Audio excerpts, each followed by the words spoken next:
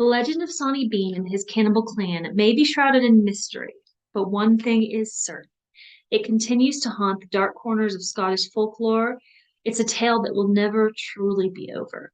Hi, I'm Ash, your guide through the dark alleys of true crime and the corridors of intriguing history, all while we whip up a delicious feast for both the mind and the mouth. Before we get started, just as a reminder, everything I will talk about today is for educational purposes and is based on information that's available on the internet. Please remember, this channel isn't the place to air your grievances. Please be kind, and if you like the video, hit the subscribe button. Also, I'm not cooking today.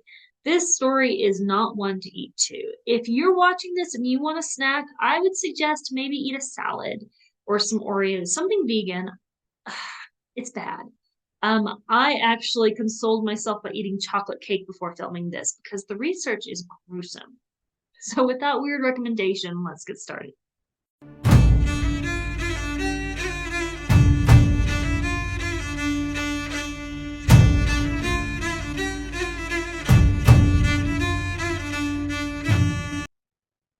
Our story takes place 500 years ago on the Ayrshire coast. I'm sorry for all my mispronunciations. It's in the southwest of the Scottish Highlands. If you look at the area today, there's rolling hills, commuter towns, beaches, golf courses. It's hard to comprehend what took place here.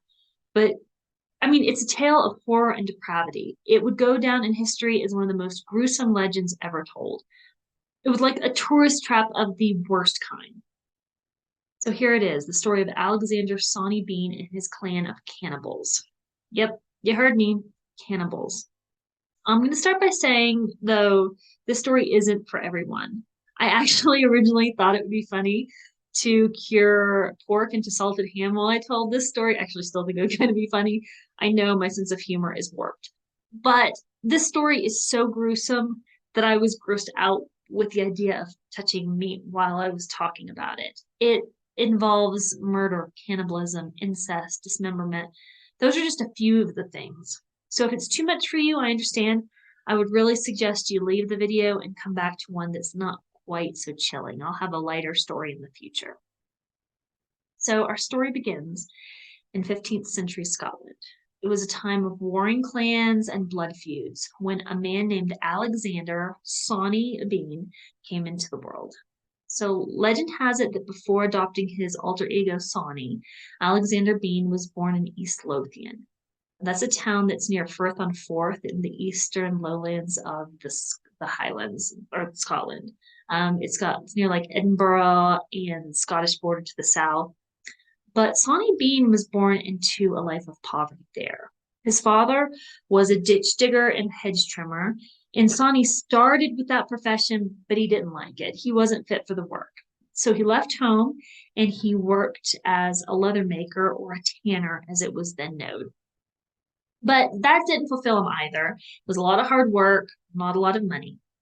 So then he meets this woman, Agnes, and they get married. Actually, I don't know if they got married because her name didn't change, but they're together. So they head off into the sunset. The world is not in your books and maps. It's out there. But let me tell you a little bit about Agnes. She was known as Black Agnes Douglas, and some stories say she was just like this passive girl who was enthralled with Sawney's charismatic personality, but most accounts say that she was a piece of work. She's accused of being a witch, and it said that she was a murderer before she even met Sawney, and she's the one that corrupted him. But here's a little side note on the witch thing. I don't know if she actually was a witch. Witch trials were common around that time. King James had visited Denmark, where witch trials were all the rage. And on his way home, his ship encountered some really bad storms, and he attributed them to witchcraft. So then, when he got home, he started searching for witches too. It's estimated that during this time, between 4,000 and 6,000 people in Scotland were tried for witchcraft and killed. Some of them may have actually been practicing in witchcraft, but the majority were homeless vagrants, crazy people, disliked people, or folk healers. I had to look up what that was, but it was an unlicensed doctor that used traditional medicine and herbal remedies to cure people. It also is thought that these trials were actually encouraged because the king wanted to distract the church from the amount of homosexual aristocrats there were. But getting back on track, let's reel it in a little bit. Agnes may not have been a witch, but she ended up being a witch with a capital B. So this couple decides they want a fresh start away from the family. So they move about 130 miles from East Lothian to Ballantrae. And instead of working as a tanner, they're like, hey, we got it. We're going to move into a cave. It was a cave between Girvan and Ballantrae in a place called Benane Head. So this was in an area that was at the time part of the earldom of Carrick. So here Sawney becomes a highwayman. Well, so this cave must have been pretty cool. The main part was 200 meters or 660 feet deep. The entrance was blocked by water during high tide, so they were able to live there undiscovered for 25 years. It also supposedly had tunnels, secret passageways that went miles deep. Super duper creepy. So where is this cave, you ask? Benane Head is a tapering piece of land formed of hard rock that projects into the Firth of Clyde in Scotland. It's the northern end of Ballantrae Bay, and it's about 17 kilometers or 11 miles south of Girvan. It was a great place to rob travelers because it was pretty remote. Here's another little side note. I always think when I think of highwaymen of that poem, The Highwayman, where he goes, the wind's a torrent of darkness among the gusty trees. The moon was a ghostly galleon tossed upon cloudy seas. The wind was a ribbon of moonlight over the purple moor, and the highwayman came riding, riding, riding. Like, it sounds really romantic. But Sawney was making money at this profession. It was not romantic at all. So at that time, highwaymen were so common that people did not travel without guns. Uh, think like Robin Hood, like it was that kind of time. But after a short while of being a highwayman, Sawney had an epiphany. He was like, these travelers are going to tell us we're going to get caught. So I need to kill them because dead men tell no tales. So he starts killing them. He's hiding the bodies. And then he's like, this is going to be an issue. It's a rocky area. I have a growing family. Agnes is having all these little beanie babies in the cave, and we need meat. He thinks, hey, we have meat. Though some people say he started eating the meat to stave off hunger and to hide the bodies. Others say that Black Agnes had long wanted to be a cannibal, and she's the one that convinced her dear hubby to eat it. But whatever the reason, the cave was no ordinary hiding spot. It was a labyrinth. It was just a maze of darkness. Their crimes were so unspeakable, and they're hidden underneath the mountain. And it was so remote and treacherous, there were no prying eyes to see it. Nobody was there. They were able to keep the secret for 25 years. Now, it does seem that at first the community, the villagers knew that they lived there, but they were so reclusive, not there in the cave, but in the area. But they were so reclusive that people forgot they existed, or maybe they thought they'd moved. I don't know. So they're having all these babies, and the Bean clan is growing. So their clan is 6 daughters, 8 sons, 14 granddaughters, 18 grandsons. They were all from unspeakable acts of incestuous relationships. Let me emphasize this. They had 14 kids, and then their 6 daughters had 32 children. But there were no relationships outside the cave. All these babies were family members having babies. So let's move on a little bit to their ambushes. Sawney and Agnes, they raised their children then to help them with the atrocious crimes they were committing. The Bean clan thrived by prowling through the night and laying careful ambushes. They'd rob and murder individuals or small groups. They'd lay in wait for the travelers to pass. I mean, can you imagine traveling down the road and then being surrounded by a group of half-naked, blood-stained, not just highwaymen, but women, children with knives and clubs, maybe even gnawing on them as they went? I don't know, crazy. So then they would bring their corpses back to the cave where they'd be dismembered and eaten. Hopefully they were brought back dead. They were merciless. If they were brought back alive, the cave was a horror. A cave of horrors beyond imagination. The bodies were butchered, flesh was devoured. The remains were pickled and stored in barrels. Some of it was cured in salt. The parts they didn't want to eat were cast into the sea, or they would discard them on the coast. In fact, sometimes the discarded body members would wash up on the beaches, especially in Gervain Beach. It's said that after any big storm, the beach would be littered with human body parts. There would be limbs, torsos, skulls. And many of the body parts showed signs of being skinned, of flesh and muscle, um, and some of them said to have teeth marks on them. But the villagers kind of believed it was animals who were attacking the travelers, and they were left in terror. They thought these ferocious beasts were responsible for the horrors that plagued their land. But then, with all these bodies coming up with that did not look like an animal had done it, the the villagers went out on search parties. They're like, we got to figure out who's doing this. And fear was gripping the hearts of villagers. Just imagine over 1,000 people disappearing. Hundreds had already disappeared. So these organized searches were launched. They went to caves, but that cave remained hidden because people thought nobody would dare enter it. It's underwater half the time. Also, the Bean Clan was never suspected because no one knew they existed. They thought Sawney and Agnes had long gone and left. And they took all their victims at night. And they were so clandestine that the villagers were unaware that this 48 people were living nearby. So the villagers are frustrated. They start hanging people, innocent people that had been accused of the crime. They thought it must be innkeepers because those are the last people that have seen them alive. Local criminals were hung, but it wasn't them. The disappearances kept happening. So the Bean Clan has started this industrial sized production of human meat. As a group, they're hunting, they're butchering, they're fermenting, they're cooking, they're living off humans. But then came the beginning of the end. During the summer, we don't know what summer, but during a summer, traveling fair went to Galway, and the Beans got cocky and sloppy. They ambushed a married couple riding from the fair on one horse. Twilight had settled around them, and the unnamed couple had to fight for their lives from what was called a ravening horde of savages. There was an 18th century account of what happened. It can be found in the old publication, the Newgate Calendar. I'll read a part of it. It was kind of like a true crime magazine of the time. It said, I quote, "The man, to save himself as well as he could, fought very bravely against them with sword and pistol, riding some of them down with main force of his horse. In the conflict, the poor woman fell from behind him and was instantly murdered before her husband's face. For the female cannibals cut her throat and fell to sucking her blood with as great a gusto as if it had been wine. This done, they ripped her belly and pulled out her entrails. Such a dreadful spectacle made the man make a more obstinate resistance, as expecting the same fate if he fell into their hands.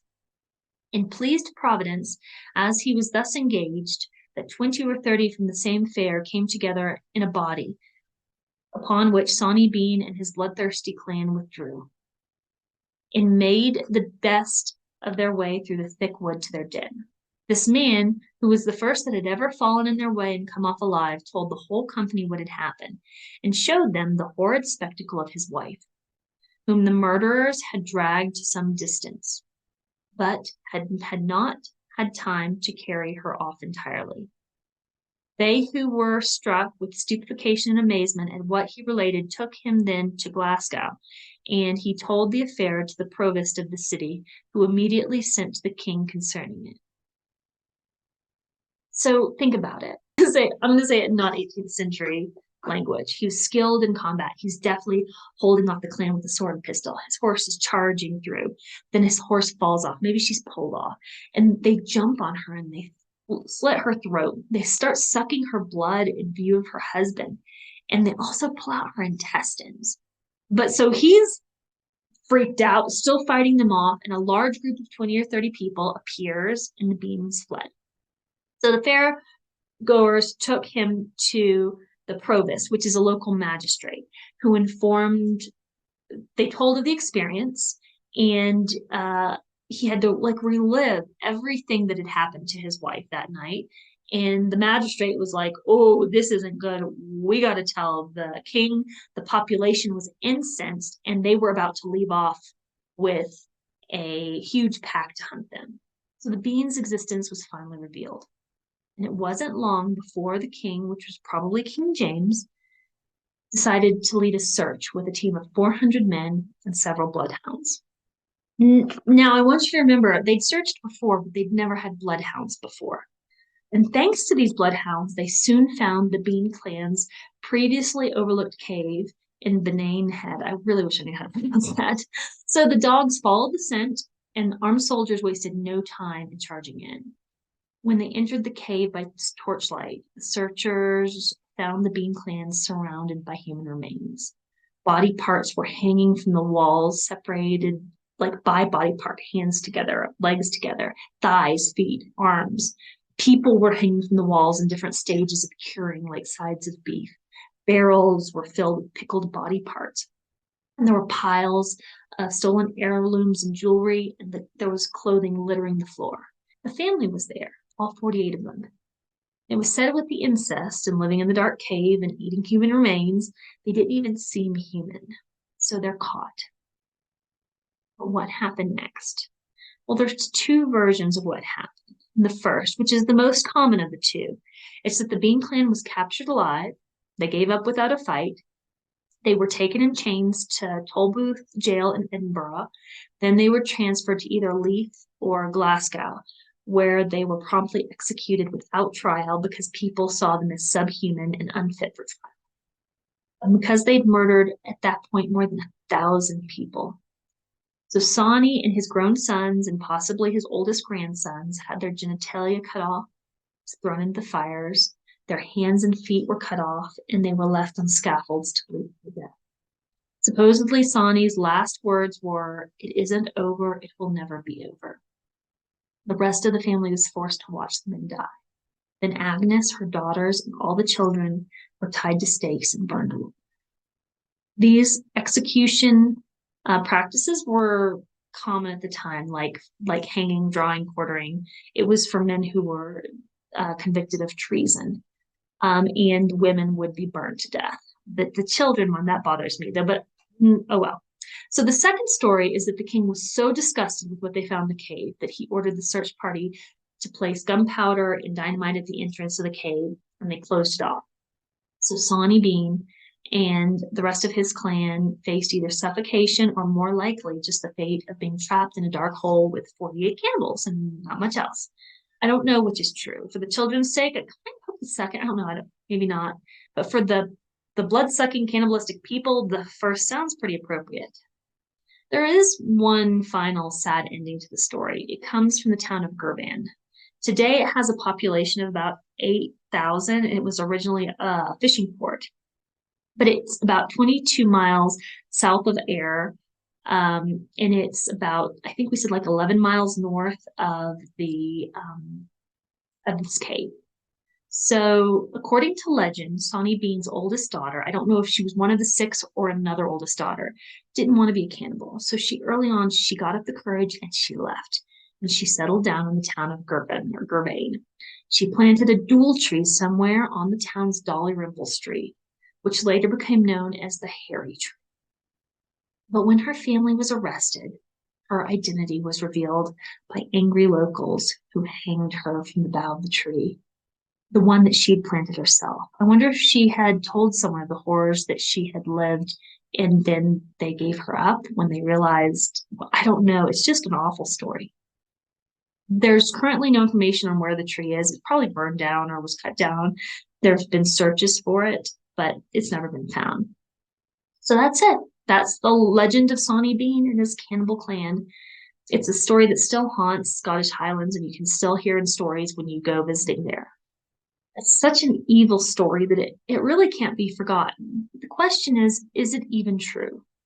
It was really hard to separate fact from fiction when I was researching this because it's really tied up in Scottish folklore, boogeyman stories. Some historians believe, yes, it definitely happened, while others say that there isn't any evidence, that if thousands of people had been disappearing, it would have been noticed at that time. Another thing they say is that execution of that size would have been noted and would have been in history books.